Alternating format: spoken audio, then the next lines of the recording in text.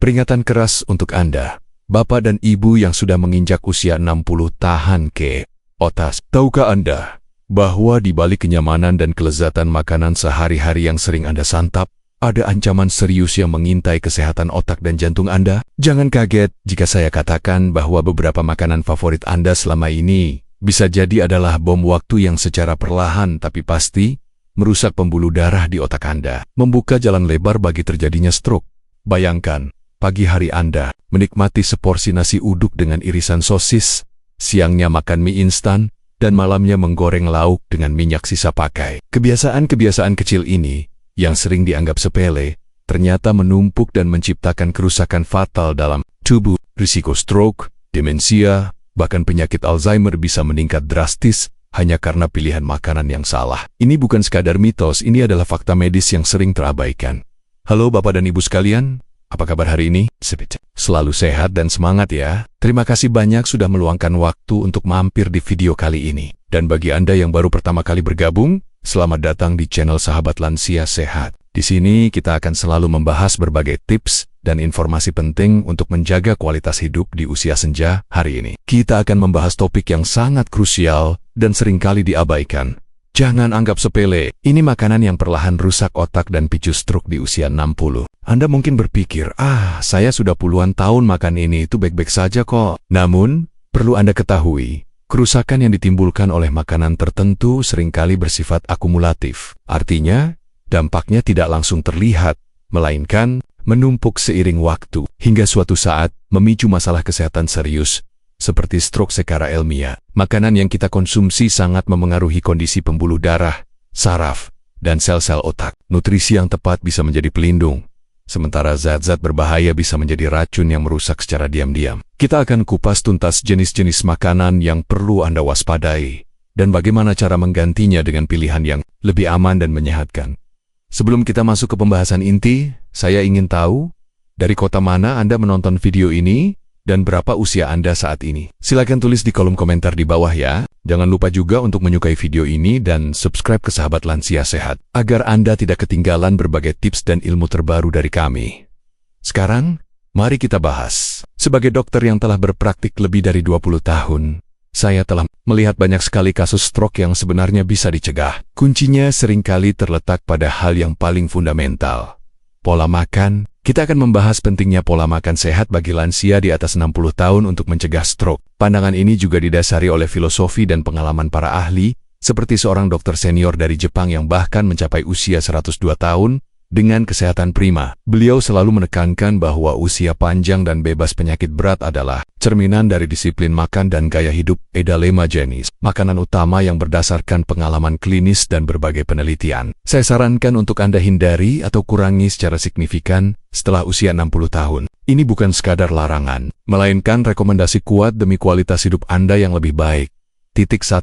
Daging olahan siap. Saji. Coba ingat-ingat, seberapa sering Anda mengonsumsi ham, bakon, sosis kemasan, kornet, atau irisan kalkun? Makanan-makanan ini memang praktis dan seringkali menggoda selera, namun di balik itu tersimpan ancaman serius. Saya sering melihat pasien-pasien yang rutin mengonsumsi daging olahan ini, di kemudian hari mengalami masalah tekanan darah tinggi yang sulit terkontrol, dan pada akhirnya berujung pada stroke. Bahaya utamanya terletak pada kandungan natrium, garam, dan nitrit yang sangat tinggi. Natrium berlebihan adalah pemicu utama tekanan darah tinggi, yang secara langsung meningkatkan beban kerja jantung dan merusak dinding pembuluh darah. Pembuluh darah yang terus-menerus terpapar tekanan tinggi akan menjadi kaku dan rapuh, mudah pecah atau tersumbat, terutama di otak.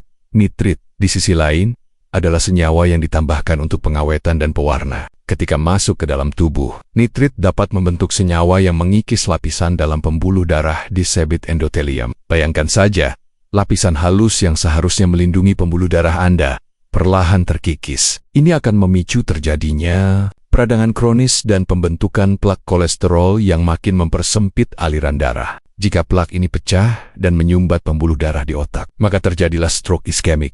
Saya punya kisah tentang Pak Budi, seorang pensiunan yang sangat aktif. Beliau rutin sarapan dengan sosis atau kornet kalengan karena praktis. Namun di usianya yang ke-65, beliau tiba-tiba mengalami serangan stroke ringan. Setelah diperiksa, tekanan darahnya sangat tinggi dan ada penyempitan pembuluh darah signifikan. Ketika saya edukasi tentang bahaya daging olahan, Beliau terkejut karena tidak menyangka kebiasaan sepele itu berdampak besar. Setelah itu, Pak Budi berkomitmen untuk mengubah pola makannya secara drastis, beralih ke ikan segar rebus atau dada ayam panggang tanpa bumbu instan. Perlahan, tekanan darahnya membaik dan risiko stroke berulang pun menurun drastis. Sebuah perubahan kecil yang membawa dampak luar biasa. Sebagai alternatif yang lebih sehat, sangat disarankan untuk mengonsumsi ikan segar direbus, dipanggang, atau difermentasi seperti tempe dan tahu, atau dada ayam rebus atau panggang tanpa kulit dan garam berlebihan. Dengan tambahan rempah alami, protein hewani dan nabati yang sehat ini justru akan mendukung kesehatan pembuluh darah. Anda minyak nabati olahan. Pernahkah Anda bertanya-tanya, minyak goreng apa yang Anda gunakan sehari-hari? Banyak minyak nabati yang beredar di pasaran, seperti minyak kedelai, minyak jagung, atau minyak biji kapas, adalah produk olahan tinggi. Meskipun sering dipromosikan sebagai sehat jantung, ada bahaya tersembunyi, terutama saat dipanaskan berulang kali. Bahaya utama dari minyak ini adalah ketidakstabilannya saat dipanaskan, apalagi jika digunakan berulang kali untuk menggoreng. Ketika dipanaskan pada suhu tinggi, minyak nabati olahan ini dapat menghasilkan radikal bebas dalam jumlah besar. Radikal bebas ini adalah molekul tidak stabil yang sangat reaktif dan dapat merusak sel-sel tubuh, termasuk dinding pembuluh darah Anda. Kerusakan pada dinding pembuluh darah akibat radikal bebas ini memicu peradangan kronis dan pada akhirnya meningkatkan risiko penggumpalan darah. Bayangkan, pembuluh darah Anda yang seharusnya licin dan mulus menjadi kasar dan rentan ditempeli plak atau gumpalan darah. Jika gumpalan ini terbentuk dan menyumbat aliran darah ke otak, stroke pun tak terhindarkan. Selain itu, asupan tinggi asam lemak omega-6 dari minyak ini juga dapat meningkatkan kadar protein C reaktif, sebuah penanda peradangan dalam tubuh yang sering dikaitkan dengan risiko penyakit jantung dan stroke. Saya teringat kasus seorang pasien wanita, Ibu Siti, yang sangat gemar makanan gorengan. Hampir setiap hidangannya harus digoreng, dan minyak yang dipakai seringkali adalah minyak jelantah sisa pakai berkali-kali. Ibu Siti mengeluh sering pusing dan akhirnya didiagnosis mengalami penyempitan pembuluh darah otak. Setelah berdiskusi panjang, saya menyarankan beliau untuk drastis mengurangi gorengan dan beralih ke metode masak rebus atau kukus. Awalnya sulit, namun melihat kondisi kesehatannya, beliau berkomitmen. Setelah beberapa bulan, gejala pusingnya berkurang, dan pemeriksaan menunjukkan perbaikan pada kondisi pembuluh darahnya. Saran saya, kurangi gorengan sebisa mungkin. Beralihlah ke metode memasak yang lebih sehat seperti mengukus, merebus, atau menumis ringan dengan sedikit air. Jika Anda memang harus menggunakan minyak, pertimbangkan minyak zaitun ekstra virgin untuk penggunaan dingin seperti salad, karena titik asapnya rendah dan tidak cocok untuk dipanaskan tinggi. Untuk menumis, gunakan minyak dengan titik asap tinggi, dan hindari penggunaan berulang. 3.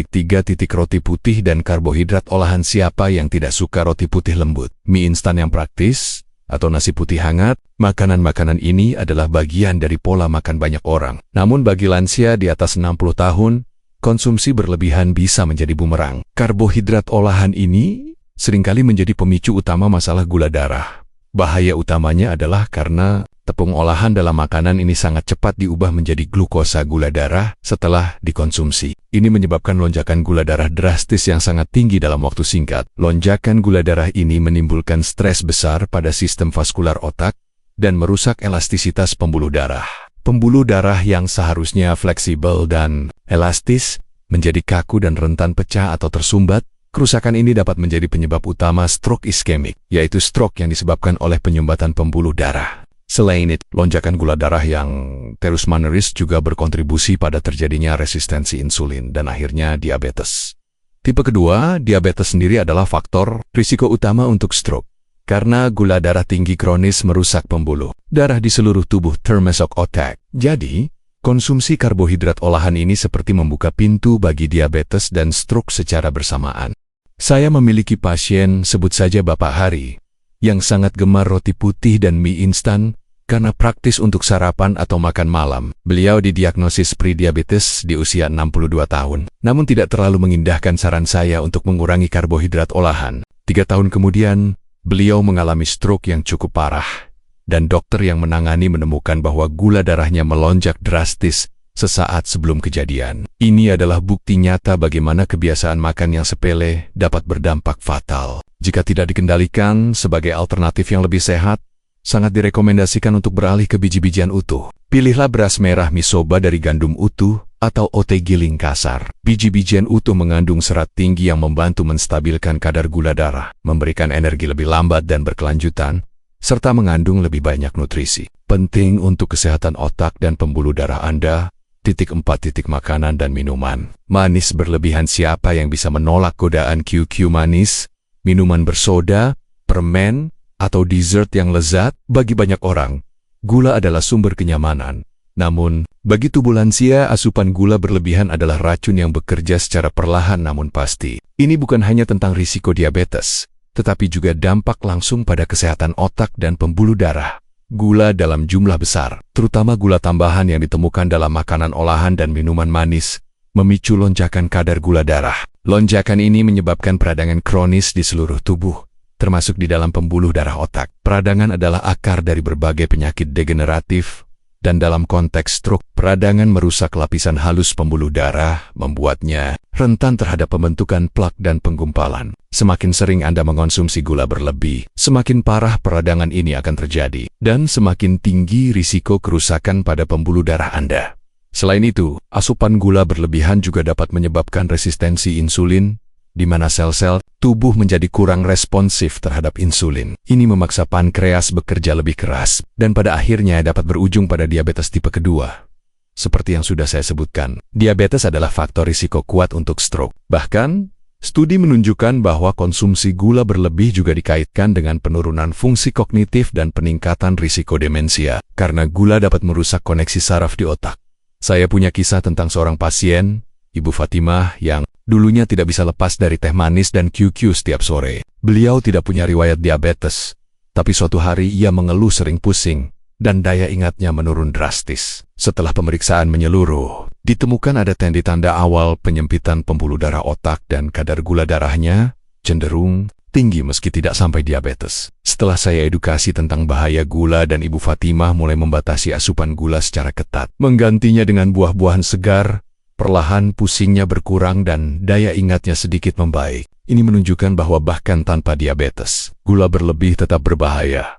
Sebagai gantinya, jika Anda ingin menikmati rasa manis, pilihlah sumber alami seperti buah-buahan segar dalam porsi wajar, atau gunakan sedikit pemanis alami seperti stevia atau madu murni dengan sangat terbatas. Hindari minuman bersoda, jus kemasan dengan gula tambahan, dan makanan penutup yang tinggi gula rafinasi. 5. Makanan cepat saji fast food dan gorengan dalam jumlah besar mungkin ini adalah musuh bersama kesehatan. Siapa yang tidak tergoda dengan aroma kentang goreng renyah, burger juicy, atau ayam goreng tepung yang gurih? Makanan cepat saji dan gorengan, meskipun nikmat, adalah kombinasi berbahaya bagi kesehatan pembuluh darah dan otak, terutama bogi. Anda yang sudah memasuki usia 60 tahun, makanan cepat saji umumnya tinggi akan lemak trans, lemak jenuh, garam, dan gula tambahan. Lemak trans dan lemak jenuh dikenal sebagai pemicu utama peningkatan kadar kolesterol jahat LDL dan penurunan kolesterol baik HDL. Tingginya kolesterol jahat akan menyebabkan penumpukan plak di arteri Anda, proses yang disebut aterosklerosis. Plak ini mempersempit pembuluh darah, mengurangi aliran darah ke otak, dan meningkatkan risiko penyumbatan atau pecahnya pembuluh darah, yang berujung pada stroke. Selain itu, makanan ini juga seringkali digoreng dengan minyak yang sama berulang kali, yang seperti kita bahas sebelumnya, menghasilkan radikal bebas pemicu peradangan. Kandungan garam yang sangat tinggi dalam makanan cepat saji juga akan memicu tekanan darah tinggi, yang merupakan faktor risiko stroke paling dominan. Kombinasi dari lemak jahat, garam tinggi, dan proses penggorengan yang tidak sehat menciptakan badai sempurna bagi sistem kardiovaskular dan saraf Anda. Saya pernah menangani kasus seorang bapek berusia 68 tahun yang sangat sering mengonsumsi makanan cepat saji dan gorengan setiap minggunya. Beliau beranggapan bahwa sebagai lansia beliau bebas makan apa saja yang disukai. Namun, beliau sering mengeluhkan nyeri dada dan akhirnya menderita serangan stroke mendadak. Setelah diselidiki, ditemukan bahwa pembuluh darahnya sangat tersumbat akibat penumpukan plak yang parah, dan tekanan darahnya sering tidak terkontrol. Kejadian ini menjadi cambuk bagi beliau untuk benar-benar mengubah total pola makannya daripada mengonsumsi makanan cepat saji dan gorengan. Sangat disarankan untuk memilih makanan yang diolah dengan metode dipanggang, direbus, dikukus, atau ditumis dengan sedikit minyak sehat. Prioritaskan makanan utuh seperti sayuran hijau, buah-buahan, biji-bijian utuh, protein tanpa lemak ikan, ayam tanpa kulit dan kacang-kacangan. Ini adalah investasi terbaik untuk kesehatan pembuluh darah dan otak Anda di masa tua. Setelah kita membahas jenis-jenis makanan yang berpotensi merusak otak dan memicu stroke, tentu Anda ingin tahu solusinya, bukan? Kuncinya adalah perubahan pola makan yang konsisten dan kesadaran penuh terhadap apa yang kita masukkan ke dalam tubuh untuk menghindari daging olahan siap saji. Mulailah dengan membatasi konsumsi hanya 1-2 kali sebulan dan prioritaskan daging segar yang diolah sendiri. Porsi aman untuk protein hewani adalah sekitar seukuran telapak tangan Anda, 2-3 kali seminggu dengan pilihan ikan atau unggas tanpa kulit.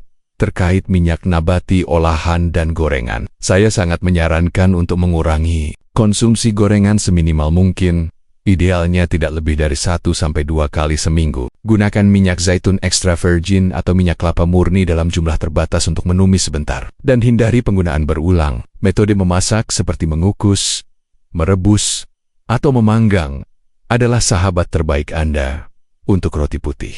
Dan karbohidrat olahan, usahakan untuk selalu memilih sumber karbohidrat kompleks. Misalnya, gantilah nasi putih dengan beras merah atau nasi coklat. Untuk roti, pilih roti gandum utuh. Batasi konsumsi mie instan atau pasta putih hingga sangat jarang. Porsi karbohidrat kompleks bisa sekitar 1 kepalan tangan Anda untuk setiap kali makan. Mengenai makanan dan minuman manis berlebihan, ini adalah tantangan besar, namun sangat penting untuk dibatasi. Hindari minuman bersoda, jus kemasan, dan makanan penutup yang tinggi gula. Batasi asupan gula tambahan Anda tidak lebih dari 2-3 sendok teh per hari, termasuk dari makanan dan minuman. Ganti kebutuhan manis dengan buah-buahan segar dalam porsi wajar, Bapak dan Ibu sekalian. Seperti yang sudah kita bahas panjang lebar, kesehatan otak dan pencegahan stroke di usia 60 tahun ke atas sangat bergantung pada pilihan makanan kita sehari-hari. Jangan pernah menyepelekan apa yang Anda konsumsi, karena setiap gigitan memiliki dampak, entah positif atau negatif. Daging olahan, minyak nabati olahan yang sering dipanaskan, roti putih dan karbohidrat olahan, serta makanan dan minuman manis berlebihan, juga fast food dan gorengan, adalah musuh dalam selimut yang perlahan merusak pembuluh darah dan fungsi otak Anda. Mereka memicu peradangan, meningkatkan tekanan darah, menyebabkan lonjakan gula darah, dan menumpuk kolesterol jahat. Namun, kabar baiknya, perubahan itu mungkin. Banyak pasien saya yang telah membuktikan bahwa dengan kesadaran dan komitmen untuk mengganti kebiasaan buruk dengan pilihan yang lebih sehat, mereka berhasil menekan risiko stroke, meningkatkan kualitas hidup, dan menikmati masa tua yang lebih berkualitas. Ingatlah, ini bukan tentang larangan total yang menyiksa, melainkan tentang memilih yang terbaik untuk diri Anda. Bagaimana, Bapak dan Ibu? Apakah Anda siap untuk membuat perubahan demi kesehatan otak dan mencegah stroke di usia senja? Saya Yo and the Beast. Langkah kecil hari ini adalah investasi besar untuk masa depan. Anda jangan biarkan kebiasaan buruk merenggut kualitas hidup Anda di masa tua. Yuk, mulai hari ini, kita lebih cermat dalam memilih makanan. Ajak juga teman-teman lansia Anda, saudara, atau tetangga untuk menyaksikan video ini dan menyebarkan informasi penting ini. Mari kita menjadi bagian dari komunitas sahabat lansia sehat yang peduli dan proaktif dalam menjaga kesehatan. Terima kasih sudah menonton video ini sampai selesai. Jangan lupa like video ini, share ke teman-teman Anda, dan subscribe ke channel Sahabat Lansia Sehat untuk tips dan ilmu kesehatan terbaru lainnya. Sampai jumpa di video berikutnya. Tetap semangat, tetap sehat.